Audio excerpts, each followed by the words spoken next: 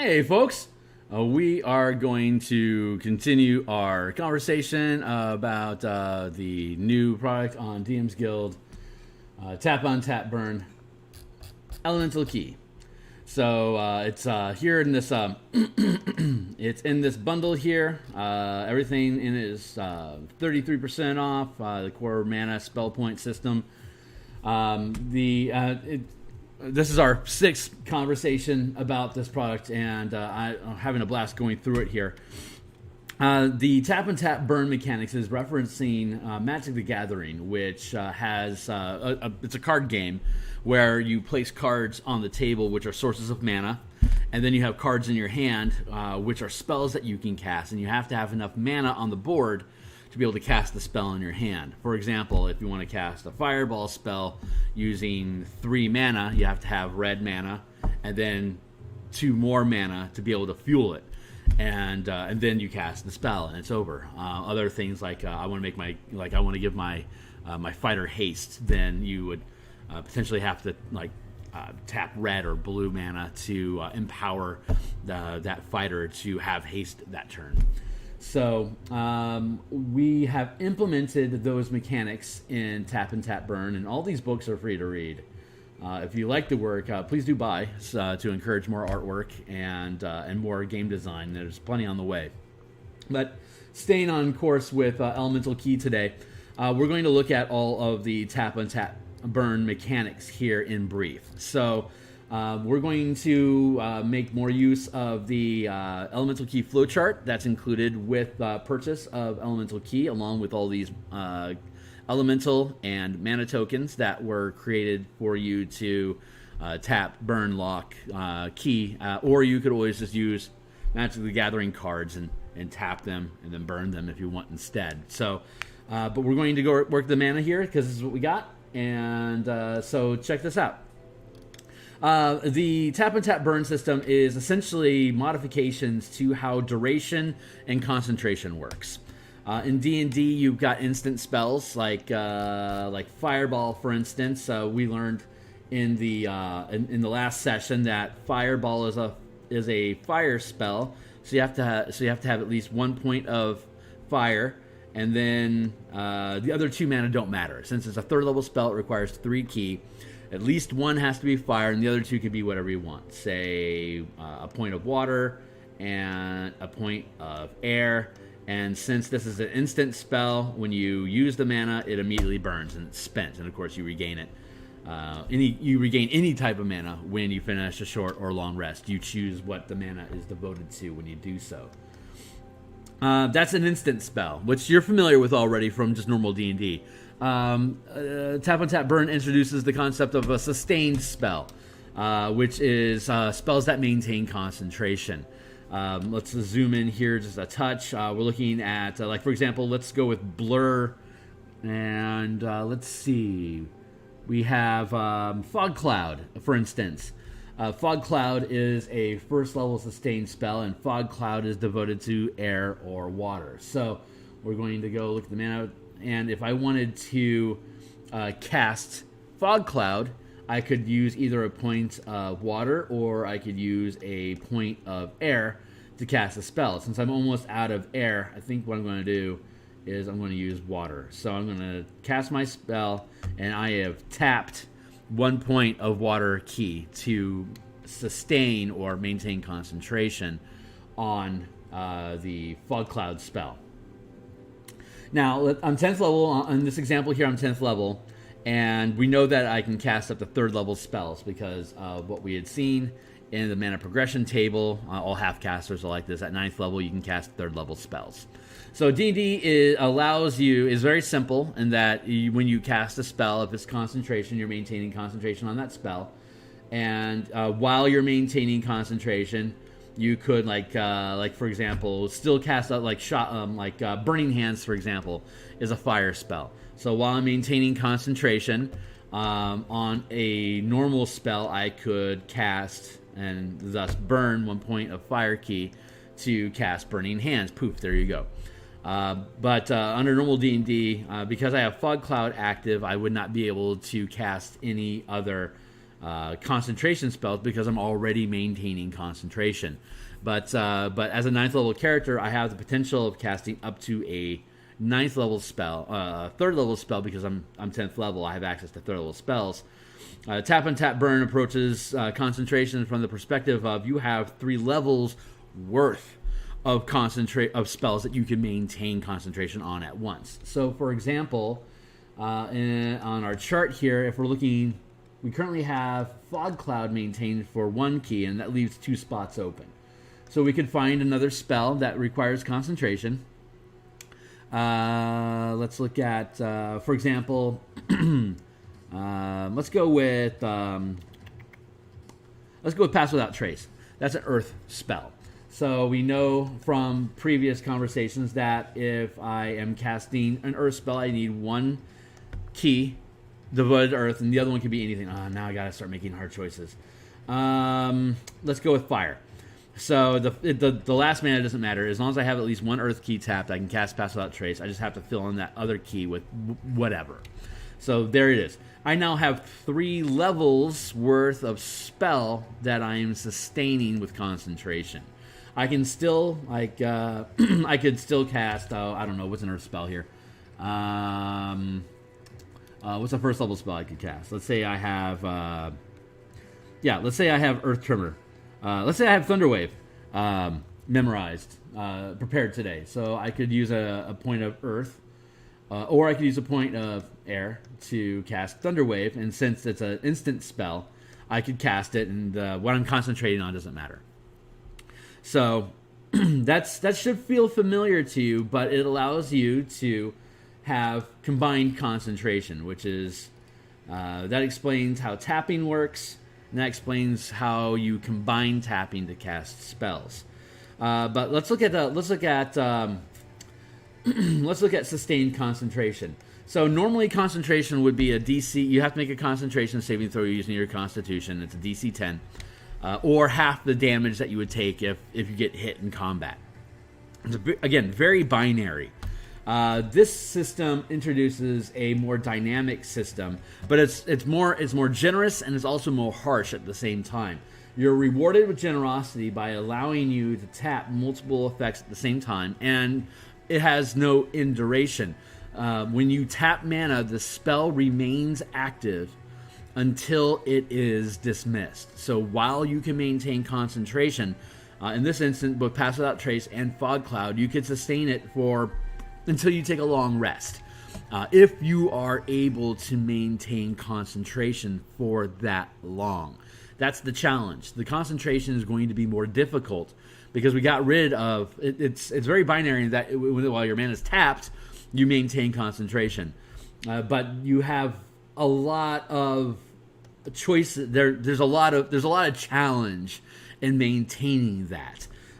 So looking at this, again, anytime the base is, instead of just a flat DC 10, the saving throw then becomes a DC 10 plus the amount of mana that you have tapped. So if we have 3 mana tapped, your concentration DC is now 13 across the board. It doesn't matter how much damage or how little damage you take, which is both a bane and a boon. If you get whopped for 50 points of damage, you're not going to have to make a DC 25 saving throw. You still only have to make a DC 13 saving throw to keep control of yourself.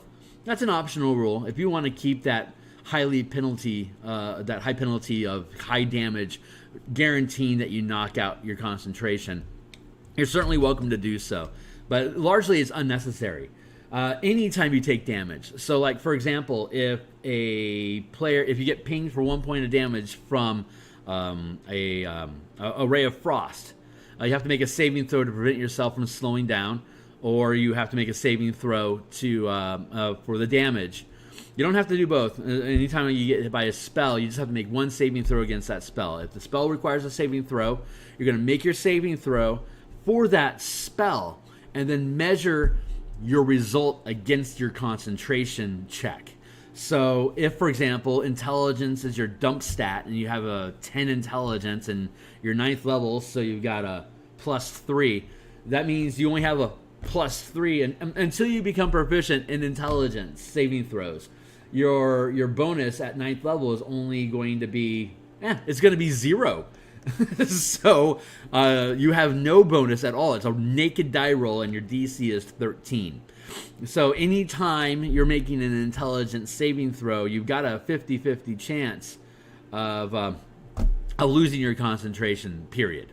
So the DMG, or the player's handbook, describes concentration as whenever you take damage or any other condition that the DM deems reasonable for you to have to make a saving throw. So we have a concept called Attrition, which is a way to challenge you on an ongoing basis. If you want to cast Fly, tap 3 mana and fly for well over an hour, this system allows you to do so. It's fantastic for exploration.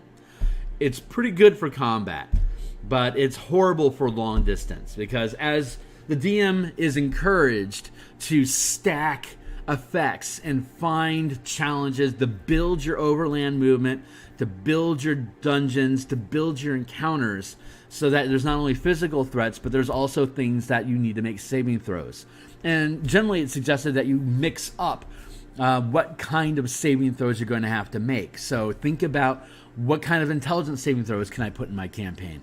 What kind of wisdom saving throws? What kind of charisma saving throws? Dexterity, concentration, strength. All 6 stats are on the board. If you screw up a saving throw, you dump all your mana and it's lost. So if your character isn't being challenged and it's just go between stuff, think about it as, this is if they can sustain the mana, they're letting their characters be more heroic than having to worry about a limitation. It's so often depicted in books and movies and just various fiction that they have this vast resource of magic that they can do stuff with. Tapping mana and maintaining concentration on it helps represent this trope of having this deep well of power available to you without actually having to increase the amount of mana or spell slots that a character has available to them in 5e. But you want to challenge them for the privilege of using that power. So looking here, here's some different conditions that can be used that are going to force you to maintain concentration. Let's say you're blinded, or you're in a dark room and you can't see. Your DM may impose an intelligence check for you to not bump into stuff and disrupt your concentration. And during a hostile spell effect, like for example, every time if you're being held by the hold person spell, every round you're making a saving throw to try to escape the bonds of hold person, and any of those saving throws that you fail is going to dump any mana that you're sustaining. Extended physical activity like climbing a cliff, running. If you're exposed to a loud or repetitive noise. I had my fire alarm go off here, and that completely disrupted my concentration in this conversation. Maybe I should post that as an example for you to see how concentration can be completely disrupted by loud noises. And that's a wisdom check. Maybe a monk could have an easy time maintaining concentration on that, but I sure didn't. Researching or crafting tools. If you are making a sword and you are focusing on that task all day long, if you were sustaining a spell for whatever reason during that process, it's very reasonable that if you misstrike with your hammer or someone says, hey, Dio, you get distracted and then you lose your concentration. Sleep deprivation. That's a great one for you coffee locks out there. If you haven't gotten enough sleep, you're having to make constitution saving throws.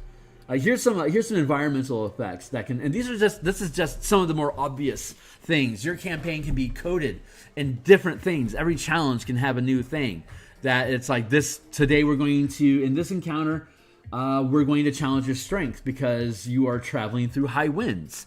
It's buffeting you all the time. Airborne, during a lightning storm, you get hit by lightning. You have to make a dexterity saving throw. If you're on an alternate plane of existence, just simply being in the plane of Mabar, which is just like Shadowfell incarnate, it's creepy there, and it's hard for you to stay focused because it's like even breathe like it in the plane of fire. It's difficult to breathe, so just being there can require a Constitution saving throw, a Charisma saving throw for your will to be there. Ash, poison-filled air. Hail, sand, or snowstorms. If you're on a ship at high seas and you're getting tossed around, submerged underwater, these are all things that you may have to make saving throws for, and your DM is encouraged to implement that. Now, how frequently do you have to make an attrition check? Here you can see if it's a supernatural condition, it's going to be every round. If you get plunged into the plane of fire and you can't breathe, then perhaps you would be making not only a existing on another plane of existence. Where was that? Alternate plane of existence is a charisma check, and it's ash and poison filled air. You might be making a Constitution and a charisma saving throw every round you're there. It's going to be incredibly difficult for you to maintain concentration. If it's just a mild condition, it's every 4 hours. And then every step in between. Severe, 10 minutes. Extreme, 1 minute. Strong, every hour. So if you're doing overland movement through volcanic ashen fields, then you'd be, let's see, the environment is airborne. Let's say traveling through high winds is going to be a strength saving throw. And ash and poison filled air is a Constitution saving throw. So you might be having to make both strength and Constitution saving throws for you to be able to fly through volcanic plumage, for example. So there's a lot of interesting heroic fantasy conditions that you can create that are forcing your team to stay engaged. It keeps overland travel and general environment exploration from being boring, because you're now forcing people to make saving throws, and they are triggering spell effects that they want to sustain to try to mitigate those risks. So they're pitting their saving throws against the environment to be able to sustain their effects. I want to flip here real quick because I had some play testing on this, and it was really fun. This is the master chart that's included with if you buy Tap Untap Burn core mechanics, or if you buy Knights and Tricksters, or if you just buy this whole bundle for 33% discount. One of the downloads that you get in a zip file with the book itself is this master chart that's got not only the 4 elements, but it's got every class broken down. And so let's go ahead and look at Cleric here real quick. There is the let's see, Bless is, where did beep beep beep? Where did you go? Hold on. Name, word, light, sit, bard, cleric, all spells. Sorry, this is impromptu. Sorry. Beep beep beep beep beep beep beep beep. Bless. Okay, Bless. The Bless is a concentration spell as well, and it gives people a plus D4 bonus to their saving throws, which is awesome, because you have to you have the option to tap. If you were, say, a cleric, you could tap one of you could tap a point of mana to maintain Bless, and it gives everybody a D4 bonus to their saving throws to make that travel easier. But it's also tying up your resources to do it. So there's a lot of fun spells throughout the game that give you advantages on rolls or disadvantages on rolls, depending on what the adventure has going on. That's going to make it easier or more difficult for you to maintain these saving throws. So stepping past that, let's take a look at. Let's look at Untapping Key. So monks are, one of the biggest problems with monks is that they are starved for key. Everything they want to do requires key, and a lot of solutions that you see in homebrew is to as a bonus action allow them to regain X amount of mana, or like twice per day that recharges on a long rest. They can regain their proficiency bonus in key, for instance. Well, the solution that we have with Tap Untap Burn here for the monk is Untapping Key. So looking at the table here, if it's a sustained effect like Fog Cloud, for example, and if you are able to maintain the spell and it's not dispelled, you don't lose concentration on it, you can choose to end the spell. It requires an action to do it. So it's very combat unfriendly. This is normally going to be something that you're going to want to take advantage of during overland movement or exploration challenges where you're activating different spell effects, like Pass Without Trace, for instance, to try to do a stealth mission.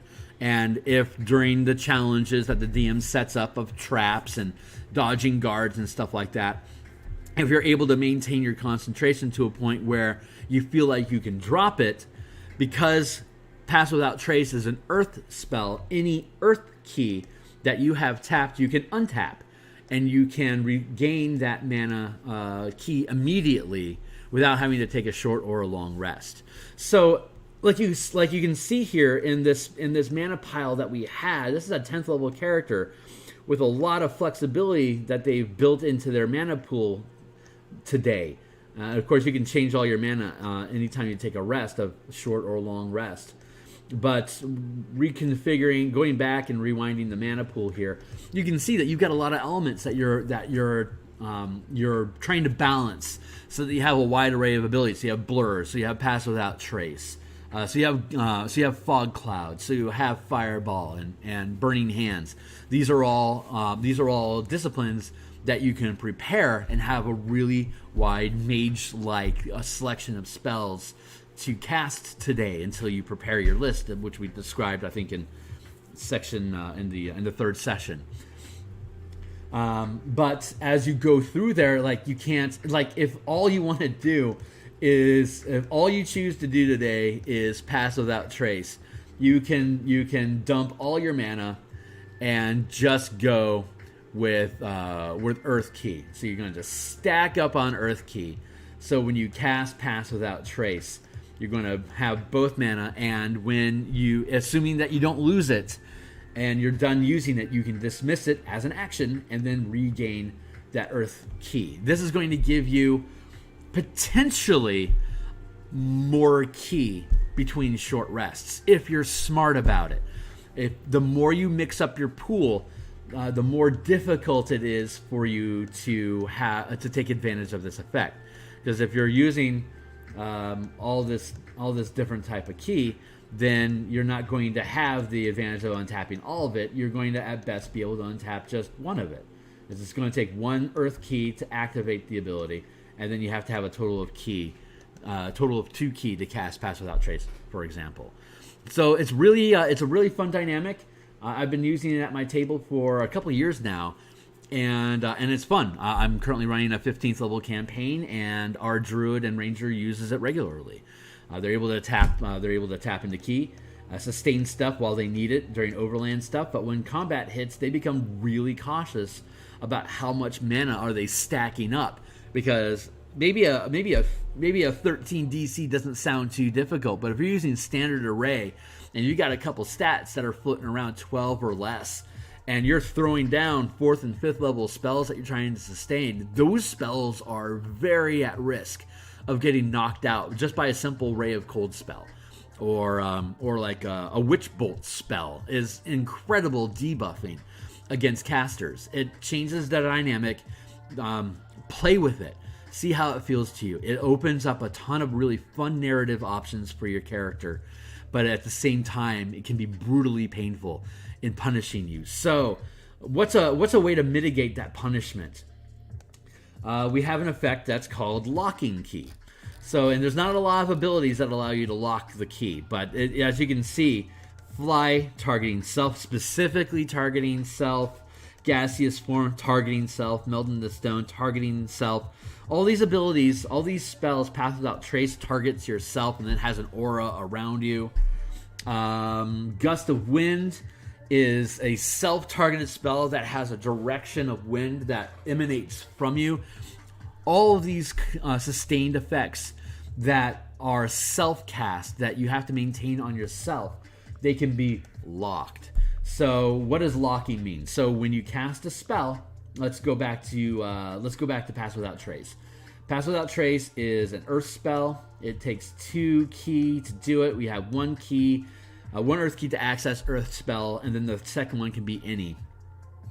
When you are locking mana, clunk, you're going to lock those levels. So let's arrange them so they're here, just so it reads better. You have 3 potential levels that you can maintain concentration on, and you lock 2 of them. You are now unable to tap or burn spells above first level while mana is locked. Like for example, Fireball is a 3rd level instantaneous spell. So you could tap, you could burn 1 fire key to access fire magic, and then fill in the other 2 mana with, say, water key. But you have 2 levels locked, so you can't cast Fireball because you can't get past the locks. So you only have the ability to get past 1 level worth of locks. So you can still cast Burning Hands, but while you have that mana locked, you are effectively lowering your maximum key limit. And again, you can maintain Fog Cloud. If you wanted to tap Fog Cloud, you could then you could then lock that as well, and you can no longer use key at all.